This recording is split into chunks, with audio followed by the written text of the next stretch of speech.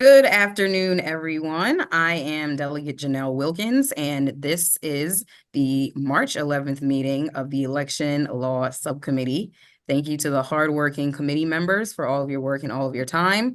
I think this may be a quick meeting, and it won't be the last time we meet. So for members in our listening audience, if your bill is not on this list, it may still come up this week.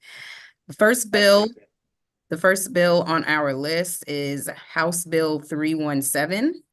This is following up on last week's discussion of curbside voting. There was an amendment of interest to the subcommittee, and I'm going to ask Stan to read the amendment. Yes, Madam Chair. So the amendment language is as follows. The state board and each local board shall emphasize in communications with voters and the general public, including signage at each curbside voting location, that curbside voting is primarily an accommodation for voters with disabilities as defined in the Federal Americans with Disabilities Act, voters with limited mobility, and elderly voters. So it includes the prioritization in all communications and on signage, and hopefully that is sufficient based on last week's conversation. You should have this amendment in your emails as well. Delegate Fair.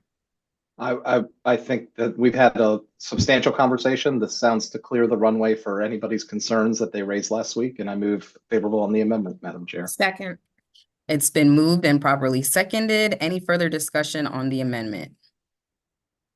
Seeing none, all those in favor of the amendment to House Bill 317, please raise your hand or say aye.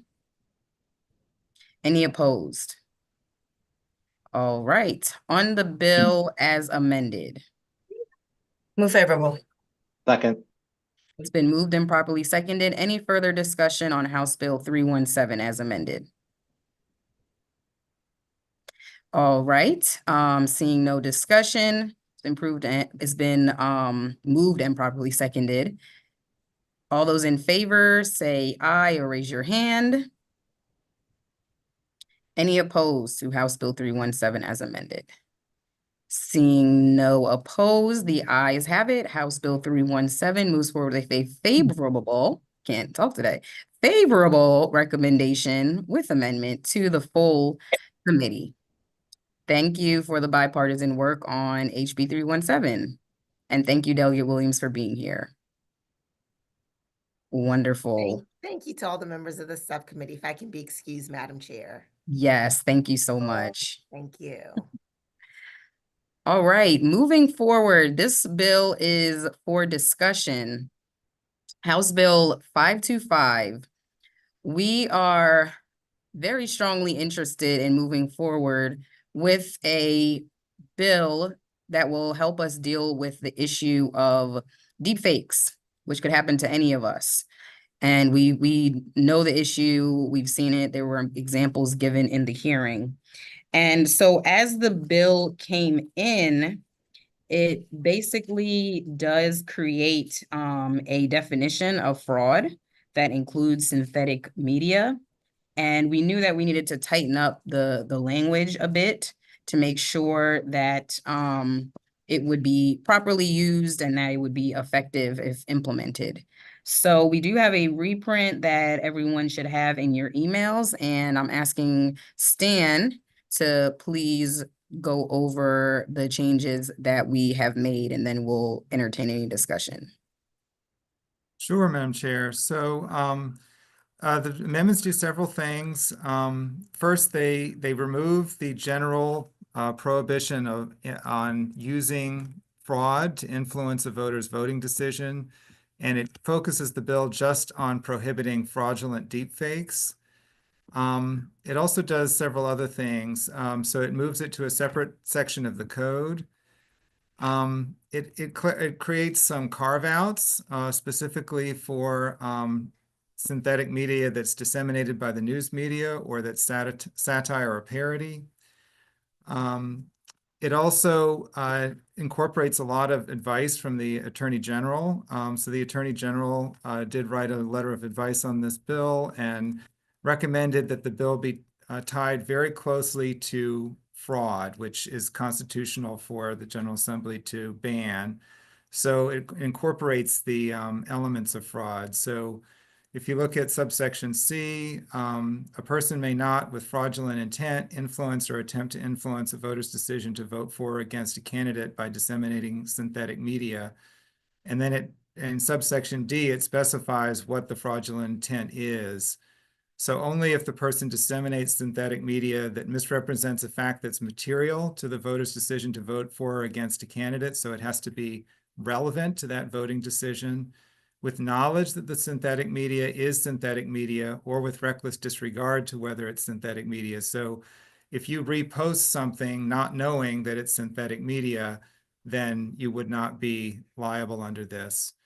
And then also with the intent to deceive a voter and induce the voter to vote for or against a candidate, at least in part based on the deception. Again, that's part of the legal definition of fraud.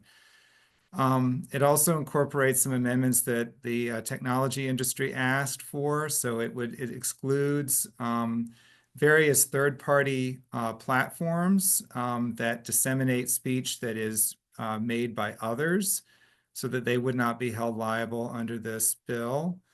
The penalty stays the same as in the original bill. That's just exactly the same penalty. And the definition of synthetic media is generally the same. It requires that the synthetic media depict a real, clearly identified candidate or the speech or conduct of the candidate, and produces a fundamentally different understanding or impression of the candidate's appearance, speech, or conduct than a reasonable individual would have from the unaltered original version. So that "and" is an important addition to the bill. And then the last thing is that by moving the language of the bill to a new section, there would not be injunction authority. So under current law, the section that the bill was originally drafted to, the Attorney General can seek an injunction, but the Attorney General advised that that would be a prior restraint of speech, and that's unconstitutional. So those are the amendments.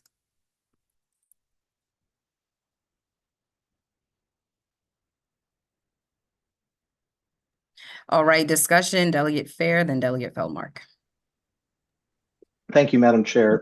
Stan, and forgive me, there was a lot there that I was digesting as I was trying to read the bill. Is the actual word fraudulent intent, is that defined somewhere in code that we have the word synthetic, we've defined synthetic media, but fraudulent intent, is that like considered a legal term for the sake of going after these things? Yeah, thank you for the question. So fraud is a legal term that has a legal definition.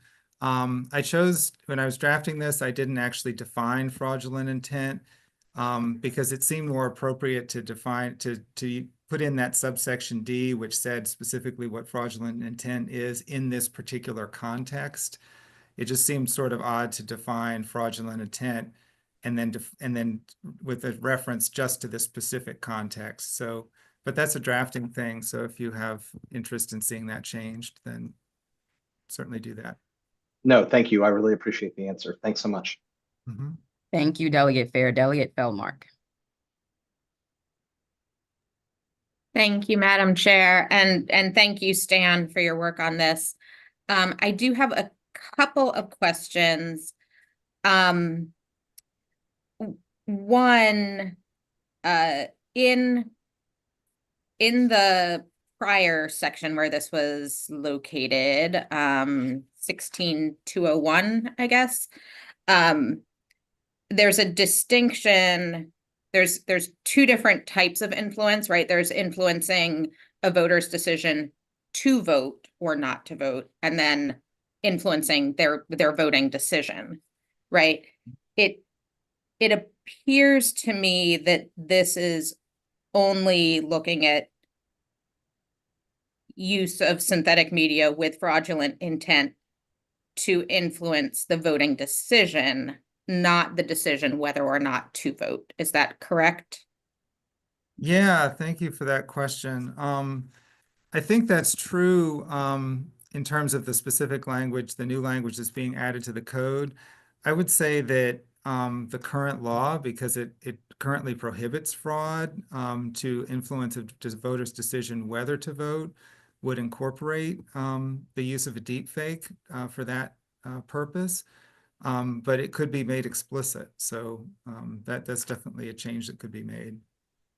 Okay, so I'm not sure I have a strong opinion on the better way to address it, but I just want to make sure that we're clear that that is in fact covered. And so I just wanted to make sure. And then I guess a related question. So we're taking fraud out of the provision in that section to influence a voter's voting decision in terms of who they're voting for or against, right? Does that,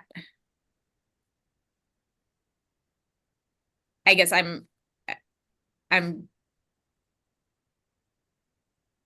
is that because of the AG's concerns about including fraud there because of the injunctive relief? So no, that's not a change that's related to the AG's advice. And Okay. I think Madam Vice Chair can probably speak to that. But obviously prohibiting fraud more generally beyond the use of deep fakes to influence a voter's voting decision is a much broader prohibition. But I defer to Madam Vice Chair.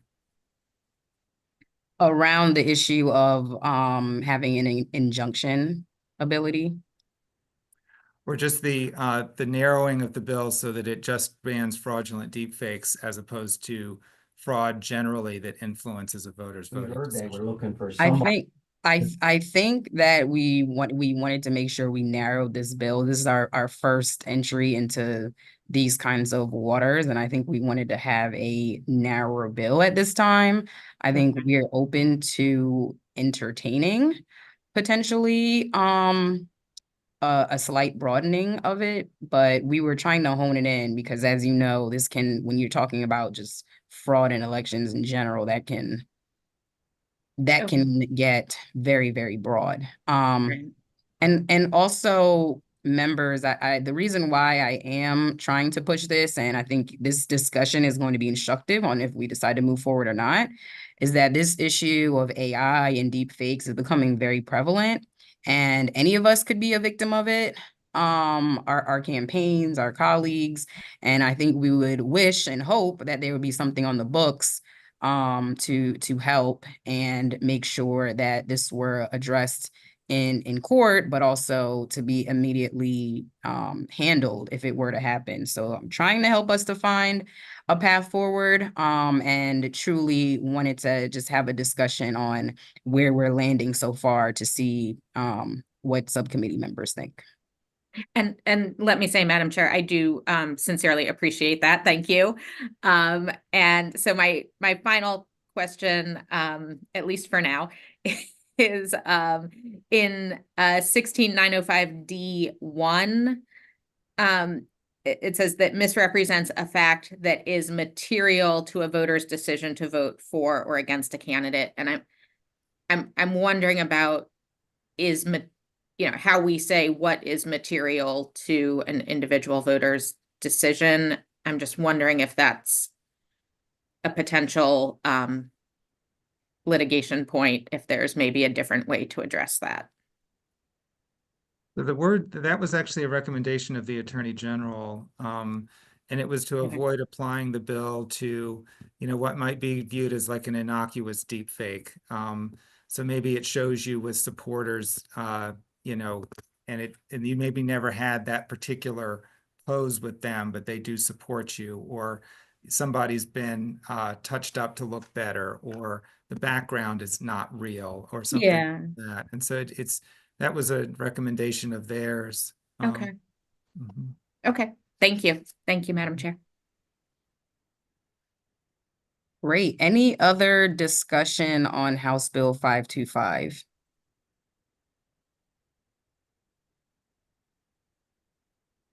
All right, well, we'll have a little bit of time to chew on this. I can't say for sure if it'll be back or not, but also happy to have offline conversations with members. I want to get a sense on how we are feeling about moving this forward, and we are open to amendments and changes for this to be something that is workable. So we don't have a lot of time, but if members of the subcommittee can please follow up and share your thoughts, we'll give you a little bit more time to chew on this one. You know, it's a pretty important but also challenging thing to capture.